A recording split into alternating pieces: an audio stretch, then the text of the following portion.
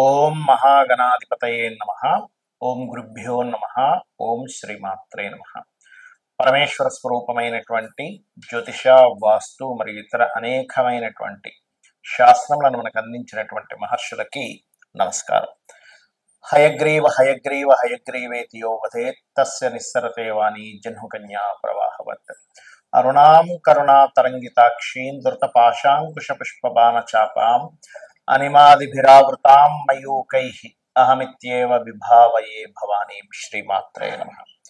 ప్రేక్షకులకి ఆ లలితాంబిక అమ్మవారి యొక్క అనుగ్రహం పరిపూర్ణంగా కలగాలని మనస్ఫూర్తిగా కోరుకుంటూ మనం ఈరోజు చెప్పుకోబోయేటువంటి అంశము ఏమిటి అంటే, చాలా మంది నన్ను అడుగుతున్న విషయం ఏంటంటే, ఒక 7వ తేదీ జరిగినటువంటి సంఘటన ఏదైతే రంగరాజన్ గారి మీద చిలుకూరు బాలాజీ టెంపుల్లో ఉండేటువంటి ప్రధాన అర్చకుడు ఎవరైతే ఉన్నారో ఆయన మీద జరిగిన దాడి విషయంలో మనం గతంలో ఒక 15-20 రోజులు, ఒక నెల రోజుల ముందే ప్రెడిక్ట్ చేయడం జరిగింది. అమ్మవారి అనుగ్రహం వల్ల మనకు గొప్పతనం ఏం లేదు, మహర్షులు మనకి ఇచ్చినటువంటి ముండైన ఆస్ట్రాలజీలో ఉండేటువంటి కొన్ని తీసుకొని.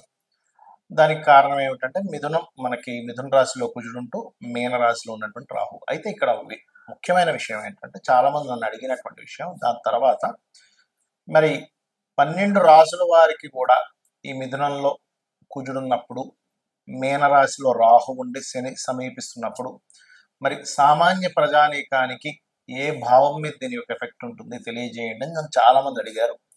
అడిగినందుకు ఈ వీడియో చేస్తున్నాను. ఒక్కొక్క లగ్నానికి అసలు ఏ ఎఫెక్ట్ పడబోతుంది, ఏ విషయాల్లో జాగ్రత్తగా ఉంటే మనకు ఆ ఎఫెక్ట్ పడకుండా ఉంటుంది, ఎటువంటి పరిహారాలు చేసుకుంటే బాగుంటుంది అనేటువంటి విషయాలు ఇప్పుడు నేను మీకు చెప్పబోతున్నాను. అయితే ఈ విషయాలు చెప్తుంది నేనైనప్పటికీ కూడా, కానీ చెప్పేస్తుంది సాక్షాత్ లలిత అమ్మవారిగా భావిస్తూ ఒక్కొక్క లగ్నం గురించి మనం తెలుసుకుందాం.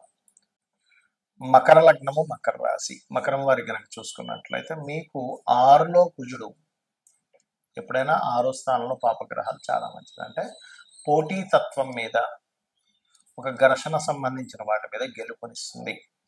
అలాగే 3వ స్థానంలో ఉండేటువంటి రాహు కూడా మంచివాడు. అంటే మకర లగ్నం వారికి 3, 6లో ఉండేటువంటి గ్రహాలు పాపగ్రహాలే ఉండడం అనేటువంటిది మంచిదే. ఒక పరాక్రమంగా, ధైర్యంగా చేసేటువంటి వాటికి మంచి ఫలితాలు ఇస్తుంది. అలాగే ఈ లగ్నాధిపతి వెళ్ళి 2లో కంబస్ట్ అవుతున్నాడు. అంటే ఏమిటి, మీరు ఎవరికైనా మనీ ఇచ్చేటువంటి విషయంలో అక్కడ ఏదో స్ట్రక్ అవ్వబోతుంది అనేటువంటి చాలా స్పష్టంగా గోచరిస్తుంది, గుర్తుపెట్టుకోండి. కాబట్టి దీన్ని మరి ఎట్లాగా అంటే, సూర్య నమస్కారాలు చేయడం ద్వారా మాత్రమే మీకు ఈ ఫైనాన్షియల్ మ్యాటర్స్ విషయంలో ఎక్కడైనా స్ట్రక్ అయితే కనుక దాని నుంచి మీరు బయటపడడం జరుగుతుంది, గుర్తుపెట్టుకోండి. అలాగే మరొక విషయం ఏంటంటే, ఇక్కడ గమనించుకున్నట్లయితే ఇక్కడ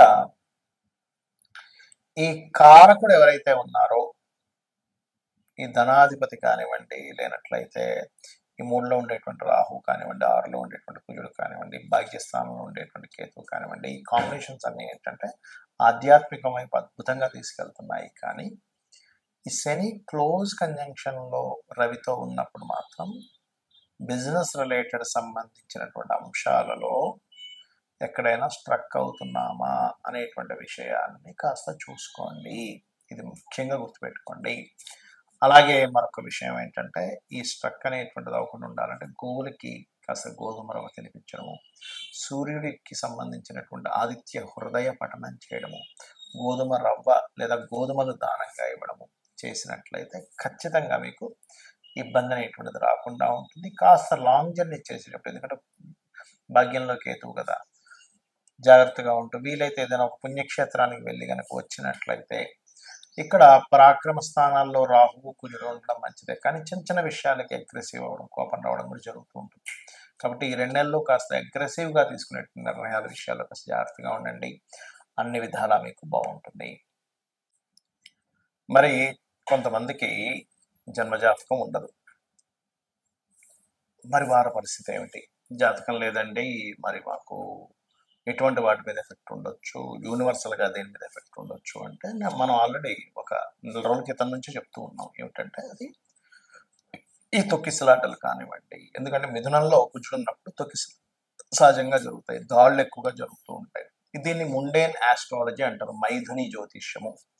జన్మజాతకం వేరు, మైథుని జ్యోతిష్యం వేరు. మైథుని జ్యోతిష్యం అంటే దేశం మీద, కాలం మీద ఇది ఎటువంటి ప్రభావం చూపిస్తుంది అనేటువంటి దాన్ని మైథుని జ్యోతిష్యం, ముండేన్ ఆస్ట్రాలజీ అంటారు ఇంగ్లీష్లో. జన్మజాతకం is different, personal chart reading is different. Personal చార్ట్లో మీరు పుట్టినప్పుడు ఉన్నటువంటి సమయంలో ఉండే గ్రహాలను బట్టి అవి ఎప్పుడెప్పుడు ఎటువంటి శుభ ఫలితములు ఇస్తున్నాయి, మీరు ఒక పని చేస్తున్నారు, ఎప్పుడు చేస్తే మీకు అద్భుతమైన ఫలితం వస్తుంది. అది వివాహం కానివ్వండి, సంతానం కానివ్వండి, ఆర్ సంథింగ్ బిజినెస్ పెడుతున్నారు కానివ్వండి, లేకపోతే ఒక మంచి పని ప్రారంభిస్తున్నారు, ఒక బిజినెస్ కానివ్వండి, అది ఏ టైంలో ప్రారంభించాలి ఏమిటనేటువంటిది మీ పర్సనల్ చార్ట్ చెప్తే కాలం అనుకూలిస్తుందా లేదా అని చెప్పేది ముండేన్ ఆస్ట్రాలజీ. అయితే ఇక్కడ జన్మజాతకం లేదు, ఇప్పుడు నేనేం చేయాలి అంటే సింపుల్గా నేను చెప్పేది ఒకటే. ఎప్పుడైనా కానీ ఈ రాహు ప్రభావము కుజ ప్రభావాలు ఎక్కువగా ఉన్నప్పుడు మీకు దీని యొక్క చెడు ప్రభావం పడకుండా ఉండాలంటే, ఎందుకంటే మనం ఎంత కరెక్ట్గా ఉన్నా సరే కాలం అనుకూలించకపోతే చేసిన ప్రయత్నం అంతా వృధా అవుతుంది. కాబట్టి కాలం అనుకూలించడానికి మీ అందరికీ చెప్పేది ఒకటి, చండీ చేసుకోండి. చండీ పారాయణం వినడం కానీ చదవడం కానీ. ఏమంటే చండీ చేయించుకోవాలంటే ఒక 40-50 వేలు అవ్వాలి, రావాలి కదండి మనకి, అన్ని డబ్బులు అంటే నా దగ్గర లేవంటే ఏమి టెన్షన్ పడకండి. చక్కగా కూర్చొని చండీ వింటూ అమ్మవారి హోమం చేస్తున్నట్టుగా మానసికంగా చేయండి. మీరు దగ్గర డబ్బులు లేకపోతే ఎక్కడా కూడా ఏ దేవుడు కానీ ఏ శాస్త్రంలో కానీ నీకు డబ్బు లేకపోయినా నువ్వు అప్పు చేసి చేయాల్సిందే అనేటువంటిది ఎక్కడా లేదు.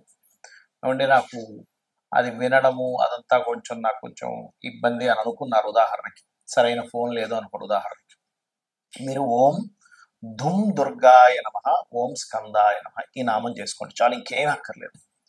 ఎందుకంటే ఈ కలియుగంలో నామస్మరణ మనస్ఫూర్తిగా గనక మనం నామస్మరణ చేయగలిగితే మనల్ని అమ్మవారు రక్షిస్తుంది. ఇది బలంగా మీరు నమ్మాలి. ఎందుకంటే అమ్మ, ఈ ప్రకృతి అంతా ఎవరు అంటే అమ్మవారు. అమ్మవారి స్వరూపంగా ప్రకృతి ఉంది. మీరు అమ్మవారిని కనుక తలుచుకున్నట్లయితే ఖచ్చితంగా 100% మనం రక్షించేస్తుంది. మరి ఈ ప్రభావం వల్ల ఇంకా ఎలాంటివి జరగనుంటాయి ఫ్యూచర్లో అంటే ఒకటే చెప్తానండి.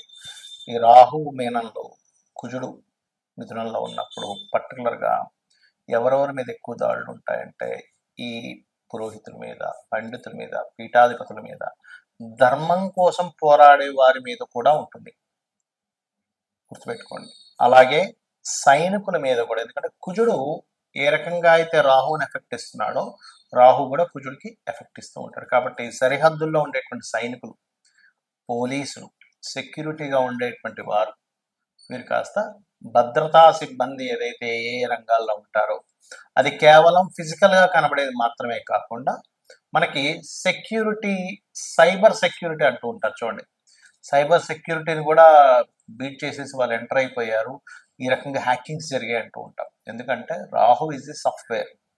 కాబట్టి ఈ సాఫ్ట్వేర్ రిలేటెడ్ సంబంధించింది అండ్ ఈ సెక్యూరిటీ రిలేటెడ్ సంబంధించిన కుజుడికి క్లాషెస్ వస్తున్నటువంటి సమయం ఇదంతా కూడా. కాబట్టి ఇటువంటివి ఏర్పడుతుంటాయి. ముఖ్యంగా మే, జూన్ వరకు కూడా కొంత జాగ్రత్తగా ఉండాలి. బికాజ్ ఆఫ్ మనకి షష్టగ్రహ కూటమి కూడా రాబోతుంది. ఆ షష్టగ్రహ కూటమి 15 రోజులు ఉంటే దాని తర్వాత 2 గ్రహాలు శని, రాహులు ఇంకో 2 నెలలు అక్కడ ఉంటాయి. కాబట్టి ఏప్రిల్, మే ఈ 2 months కూడా కాస్త జాగ్రత్తగా ఉండాలి. అది ఒకటే కాకుండా శని మీన రాశిలో సంచరిస్తున్నటువంటి 2.5 సంవత్సరాలు, నేను మీకు గతంలో ఒక 3 ఏళ్ల క్రితం కూడా చెప్పాను, శని మేషం వైపు తన ప్రయాణం జరుగుతుంది, మకరంలో ఉండగానే చెప్పాను. కుంభము, దాని తర్వాత మీనము, దాని తర్వాత మేషంలోకి వెళ్తూ ఉన్నాడు. శని కర్మకారకుడు. ఇది మనకి ఒక విషయాన్ని నేర్పిస్తుంది. మన విదేశాల్లో ఉద్యోగాలు, విదేశాల్లో ఉండేవారు పాపం కొన్ని లక్షలు కోట్లు ఖర్చు పెట్టి అక్కడ ఉండి మళ్ళీ వెనక్కి రావడం ఎన్ని బాధలు పడుతున్నారు. ఇప్పుడు ఒకటే చెప్తానండి, గుర్తుపెట్టుకోండి. స్వంతంగా మనం ఏం చేసుకోగలం, ఒక దాని మీద ఆధారపడకుండా సైడ్గా మనం ఏం చేయగలము, ఓన్గా మనం ఏదైనా ఒక వృత్తిని నేర్చుకోవడం, ఏదైనా ఒక నేర్చుకుంటూ మనకు దాని ద్వారా ఎవరి మీద ఆధారపడకుండా కేవలం ఒక చిన్న చిన్న బిజినెస్లో మనకి దేనికి పనికి వస్తుంది ఏంటి, అది ఏ గ్రహం ఇస్తుంది. సన్ అయితే ఆరోగ్యం, చంద్రుడైతే ట్రాన్స్పోర్టింగ్ అండ్ ఫుడ్, కుజుడైతే ఏదైనా సెక్యూరిటీ రిలేటెడ్, బుధుడైతే ఏదైనా technical related or anything planning related, గురువు అయితే ఎవరికైనా నేర్పడం, శుక్రుడైతే ఏదైనా కళా సంబంధంగా, శని అయితే ఏదైనా వర్కింగ్ మనకి సప్లై చేస్తూ ఉంటారు లేబర్స్ని, అలా జాబ్ కన్సల్టెన్సీస్, రాహు అయితే ఎనీ సాఫ్ట్వేర్, కేతు అయితే ఎనీ స్పిరిచువల్ రిలేటెడ్, గురు కేతువులు అయితే ఎనీ స్పిరిచువల్ రిలేటెడ్. సో ఇట్లా మీకు ధనాధిపతి ఎవరిస్తున్నారు చూసుకొని చక్కగా మీ యొక్క జీవితాన్ని మీ చేతుల్లో ఉండేలా చూసుకోండి. ఎవరి చేతుల్లోనే పెట్టుకొని అది పోతుందేమో అని బాధపడుతూ అవసరం లేదు. కాబట్టి మీరు జాబ్ చేస్తూ దీన్ని డెవలప్ చేసుకోండి. శని మేషంలోకి వెళ్తాడు నెక్స్ట్ ఇంకో 2.5 సంవత్సరాల తర్వాత.